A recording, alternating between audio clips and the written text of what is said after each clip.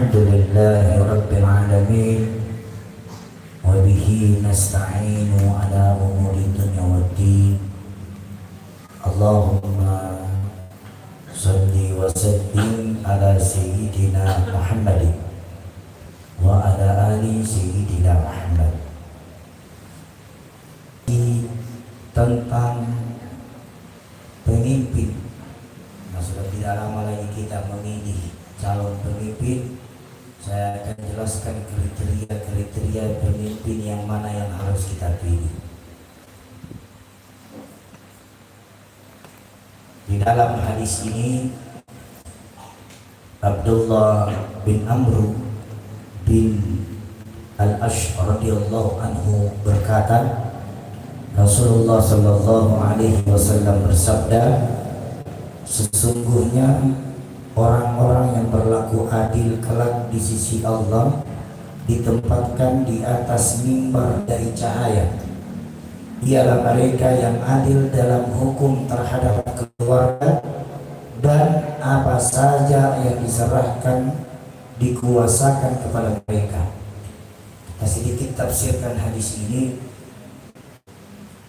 Tafsir hadis ini mengatakan, kelak di sisi Allah, satu hari nanti kemudian di sisi Allah ada seorang pemimpin nanti berdiri di atas mimbar seperti ini. Nanti ya, belum ada kita lihat sampai sekarang. Nanti ada seorang pemimpin. Nah, kalau dibilang pemimpin ini semua kita pemimpin. Ada yang memimpin rumah tangganya, ada yang memimpin daerahnya, kelurahannya, kecamatannya, Makassarnya, Sulselka. Nah, itu pemimpin itu tahapnya berbeda-beda. Nah, sungguh nanti ada orang di antara kalian yang akan menjadi pemimpin yang adil, kelak di sisi Allah ditempatkan di atas mimbar, dan di atas mimbar itu penuh dengan cahaya yang bukan disinari oleh lampu, tapi disinari oleh cahaya Al-Mustafa.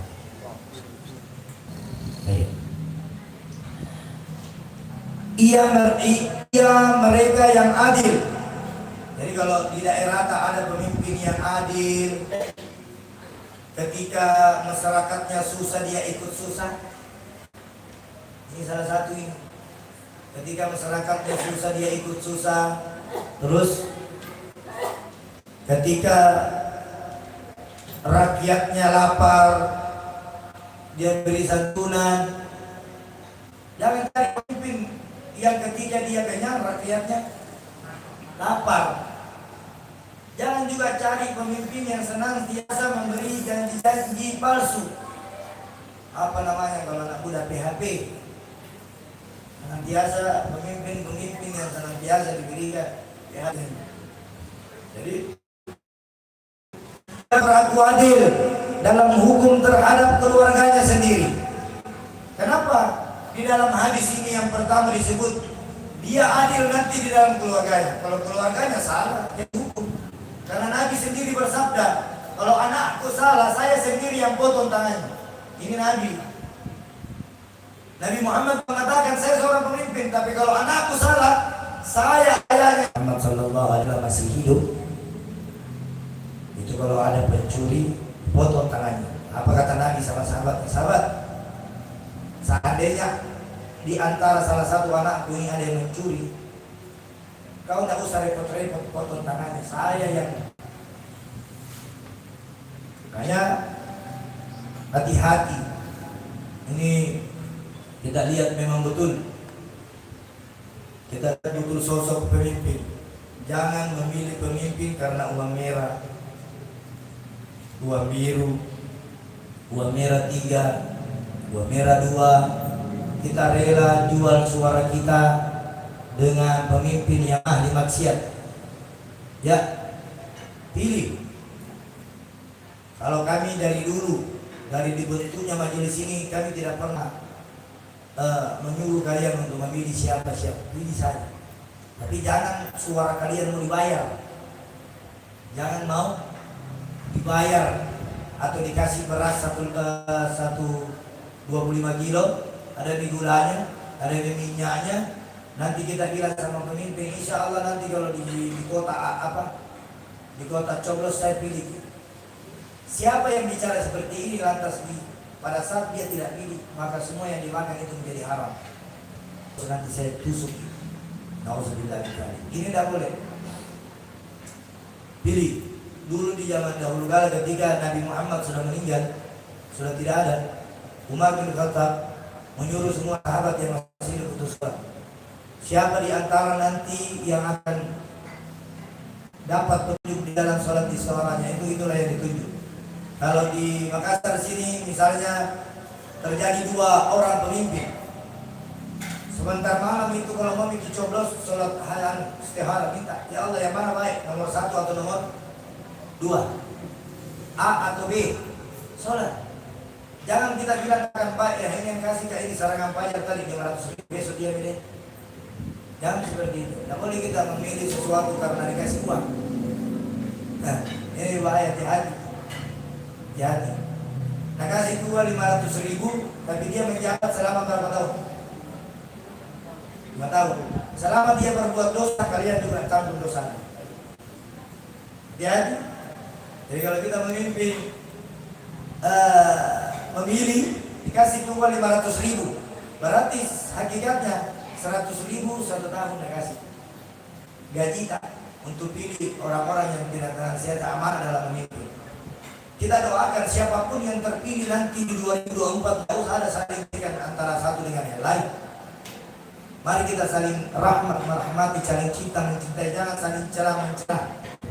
Kalau nomor 1 kau pilih nomor 1, jangan celah nomor 2, karena nomor 2 juga punya pilihan. Kalau kau pilih nomor 2, jangan celah nomor 1, politik, pidato, karena di 3 bulan kemudian sudah banyak pemimpin berubah jadi santri. Dijadikan himar radhiyallahu anhu pernah berkata, saya telah mendengar Rasulullah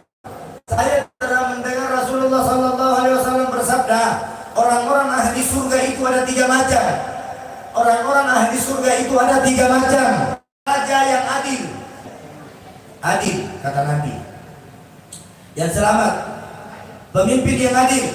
Yang kedua, pemimpin yang mendapat taufik hidayah dari Allah, yang meminta kedudukan.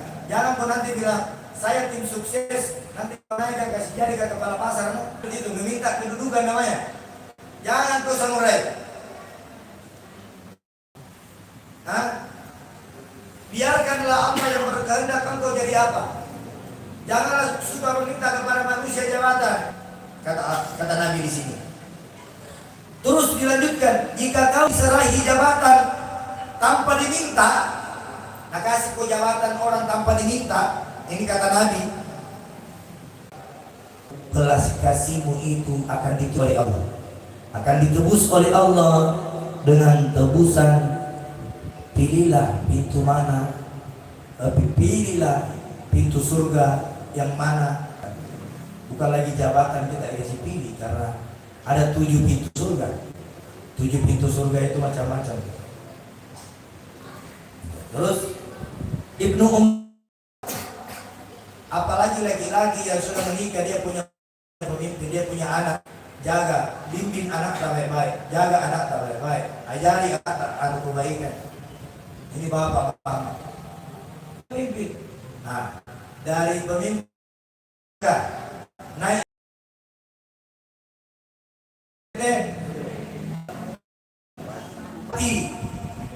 terus wali kota, gubernur, menteri, jabatan tak yang semua di dunia ini ujung-ujungnya di batu nisan almarhumah dan almarhum. Kalau kita mau kasih gelak, kalau kita mau kasih maaf, tak di batu nisan, ya kepanjangan. Jadi gelak Ma'amil bin Jasar, pernah ada seorang yang diamati oleh Allah, memimpin rakyat, kemudian ketika ia mati, ia masih menipu rakyatnya. Tidak ada. Kalau ada pemimpin yang senantiasa menipu rakyatnya, nanti setelah mati tidak akan lagi dia bisa menipu. kecuali akan mempertanggungjawabkan penipuan-penipuan yang dilakukan, yang dia tebarkan di muka bumi ini. Dia akan dituntut, dia akan diminta pertanggungjawaban. Hati-hati, hanya menjadi pemimpin itu tidak sembarang. Ibnu Umar radhiyallahu anhu pernah juga mendengar Rasulullah sallallahu alaihi wasallam bersabda, seorang muslim yang wajib mendengar dan taat pada pemerintahnya. Betul, kita dituntut untuk mentaati pemerintah.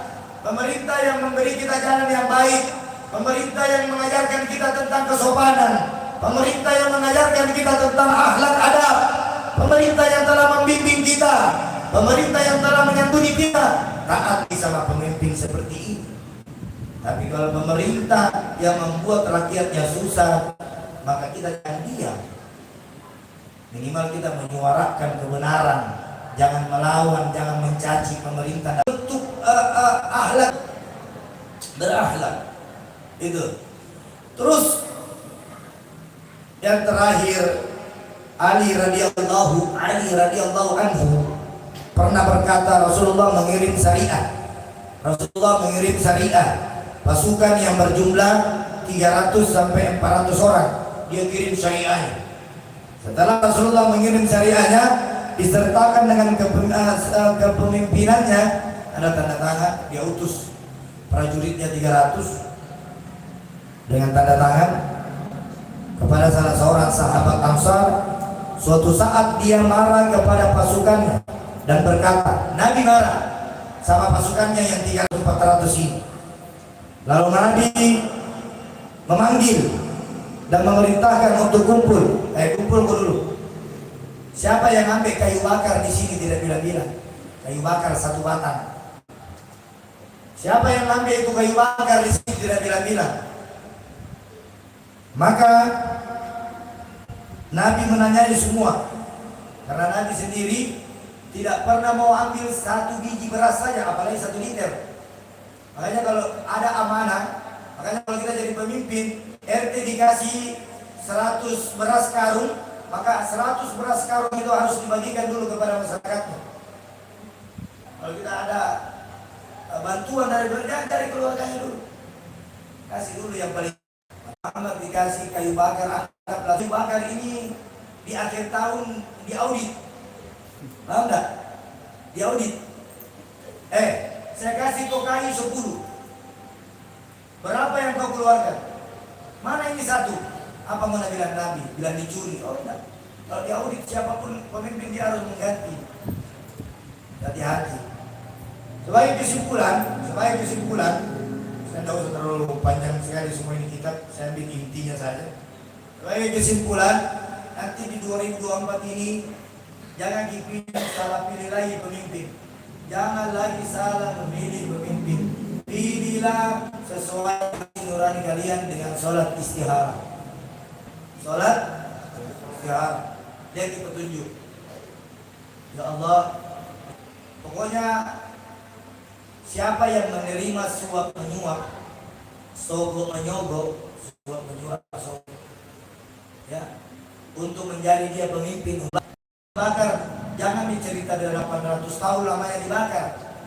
Kira-kira kalau kena api saja sedikit, tak kita gitu tidak. Panas kan? Apa namanya itu? Tak bangkar, tak kaget. Kalau kita kena api sedikit, nah bagaimana kalau kita dibakar?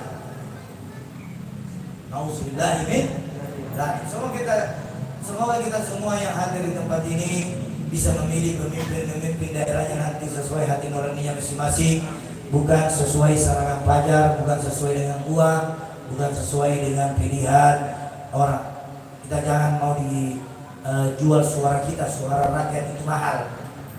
Tunggu nanti kita percaya. Waktu-waktu kampanye nanti dekat, yang tidak biasa pakai peci jadi pakai peci, yang tidak biasa pakai sarung pakai sarung, yang tidak biasa pakai baju koko pakai baju koko. Ya bikin nanti yang tidak muncul nanti namanya pembagian sunatan ini semua daya tarik bagi para pemimpin. Semoga mereka semua diberi kemudahan oleh Allah Subhanahu wa taala. Semoga kita Indonesia ini mendapat pemimpin yang betul-betul mencintai rakyatnya. Seluruh rakyatnya dari Sabang hingga Merauke. kita cintai, kita sayangi. Kenapa? Karena kita memilih dengan hati nurani kita. Pilih sesuai petunjuk kita masing-masing. Semoga Allah senantiasa melindungi kita. Semoga Allah senantiasa memberi pemimpin Indonesia yang dimana pemimpin itu dapat menjaga rakyatnya siang dan malam, mencintai Indonesia, mencintai seluruh rakyat Indonesia, mencintai merah putih. Dan insya Allah kita semua sebagai hamba, sebagai rakyat yang mendapat jadikan Indonesia terkhususnya Sulawesi Selatan damai.